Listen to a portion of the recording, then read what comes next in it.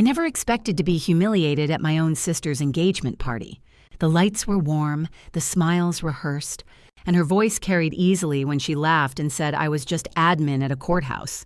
People chuckled, someone clinking to glass. My chest burned, but I stayed quiet like I always did. Then her fiancé turned toward me, studying my face like he'd seen it somewhere before. "So what do you actually do?" he asked. I didn't explain. I didn't defend myself. I said one word, and what happened next wasn't loud, dramatic, or messy. But it changed how my family looked at me forever.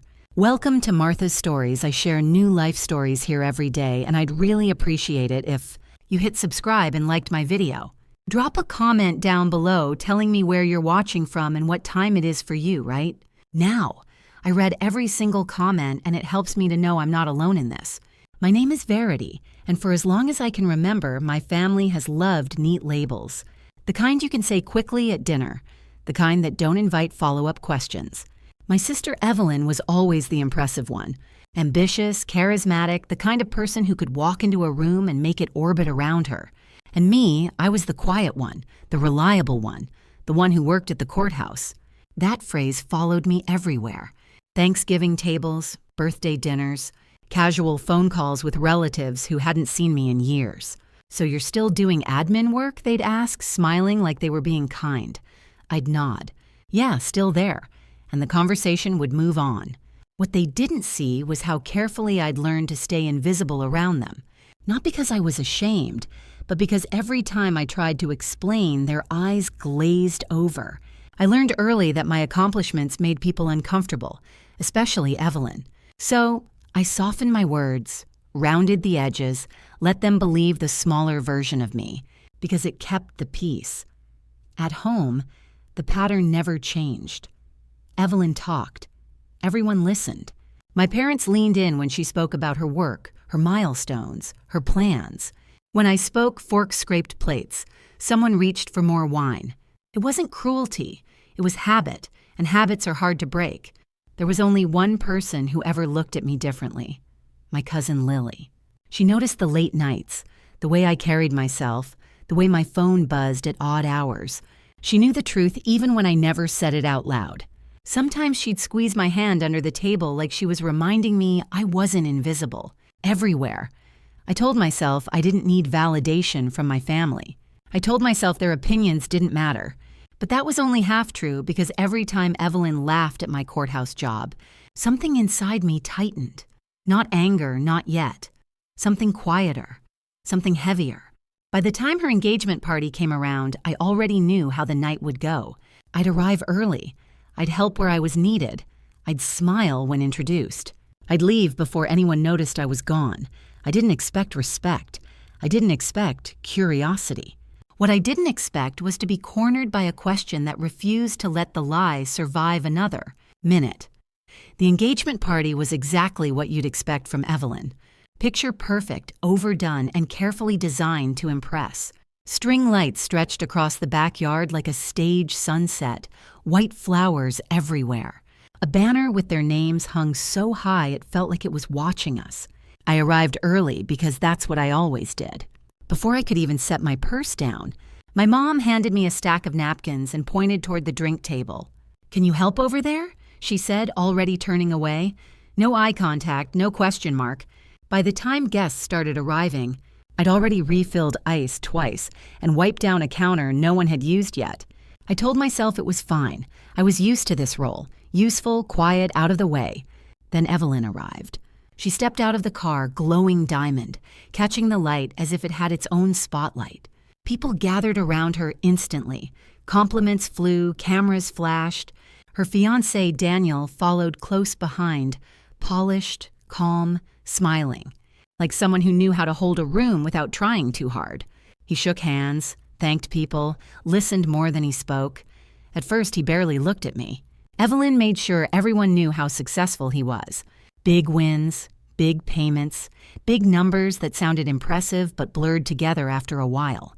My parents beamed like they'd had a hand in it. I stood near the edge of the crowd, champagne untouched, watching the same story I'd seen my whole life play out again.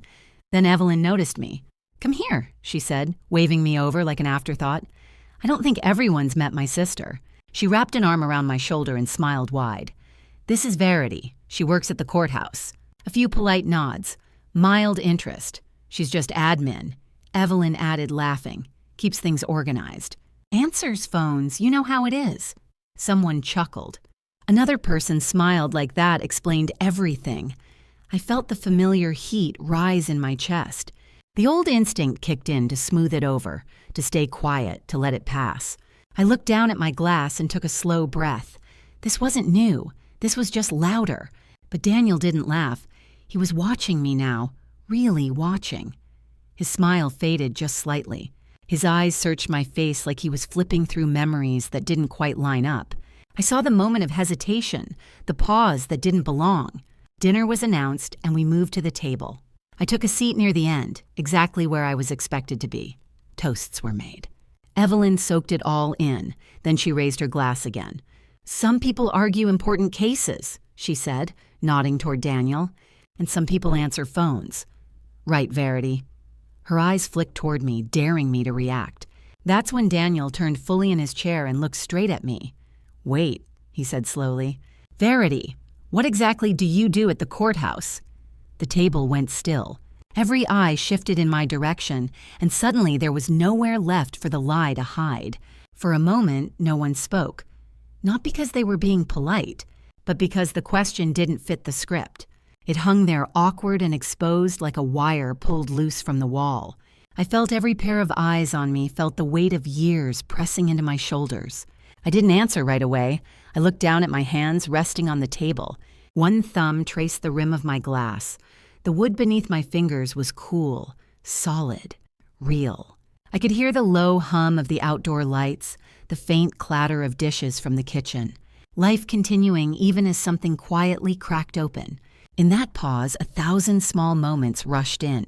Every holiday where I'd been asked to help set up.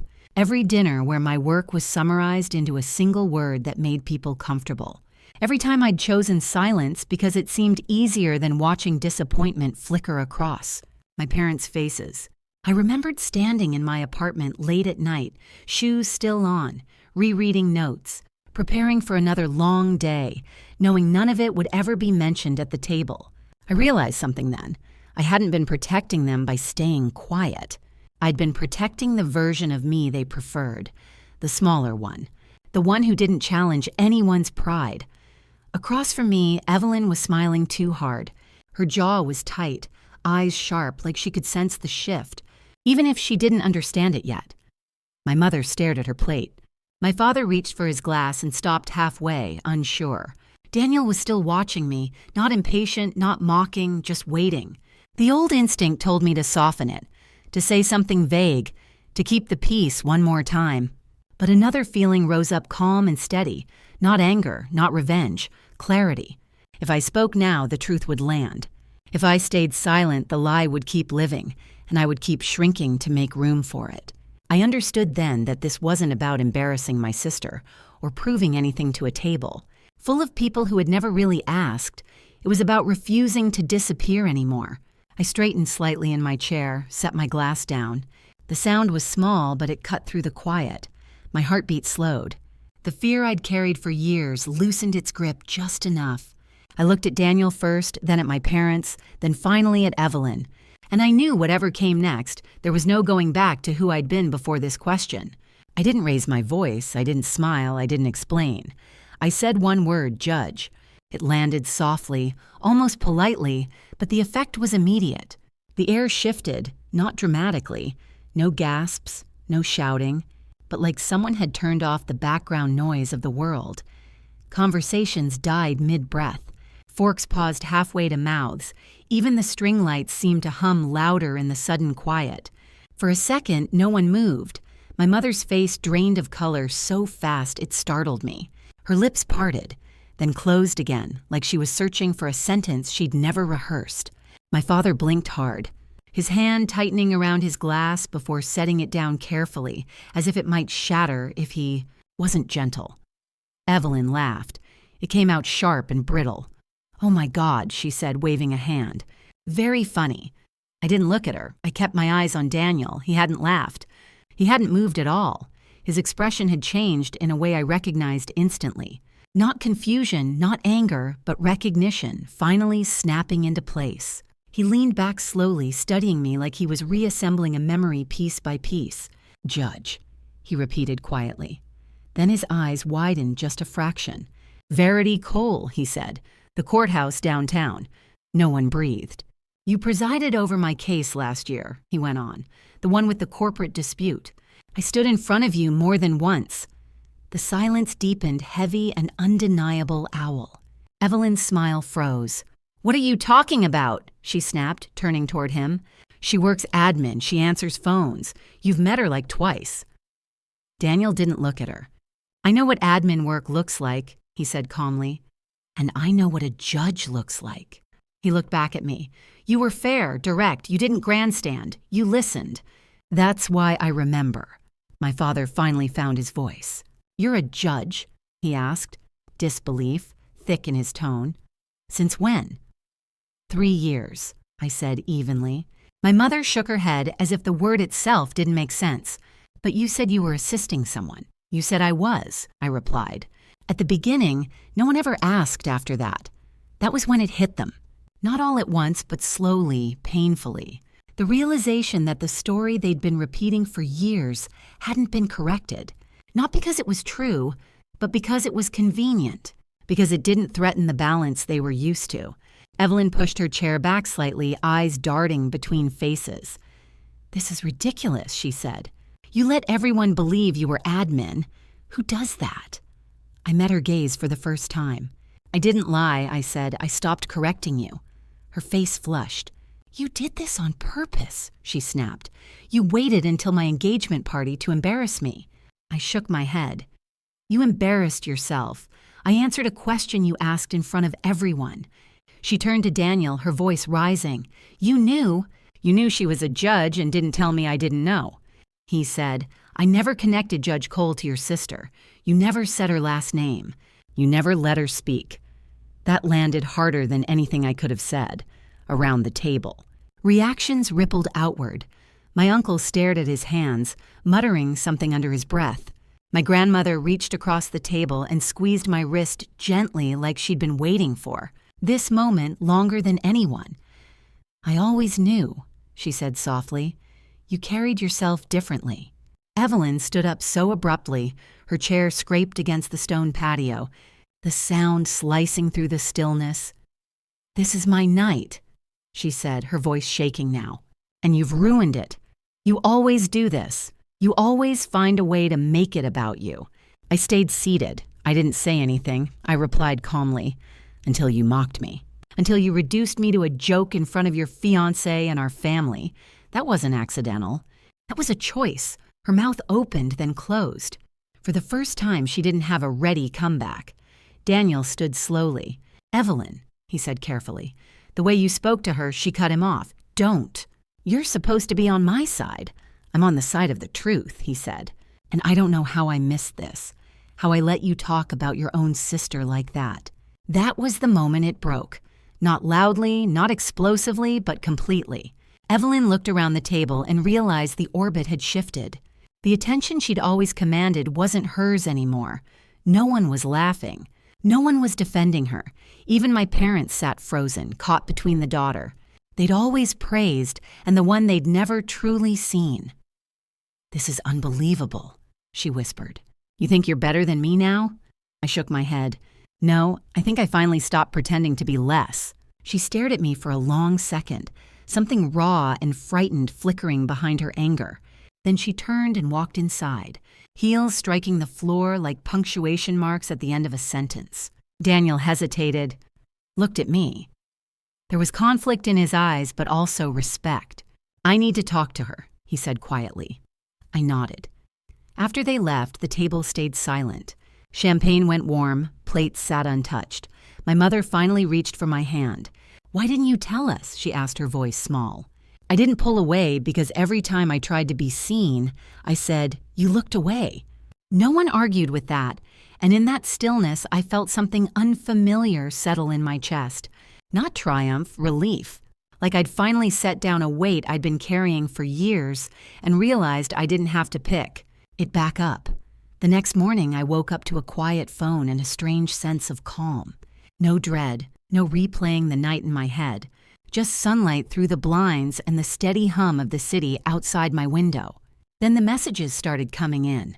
Missed calls, long texts, short apologies that felt clumsy but sincere. Relatives who suddenly wanted to catch up. My parents left 2 voicemails. I listened to neither. Around midday, there was a knock at my door. It was Daniel. He looked tired, like someone who hadn't slept, but had done a lot of thinking. We sat at opposite ends of my couch, coffee cooling between us. He didn't make excuses. He didn't defend her. I can't unsee it now, he said. The way she spoke to you, the way everyone let it happen. I nodded. There wasn't anything to add. I don't know what this means for us yet, he admitted, but I know I can't ignore it. When he left, the apartment felt lighter. Not empty, just honest. A few days later, Evelyn showed up unannounced. No makeup, hair pulled back, the version of her that never appeared at family gatherings. We didn't hug. We didn't fight.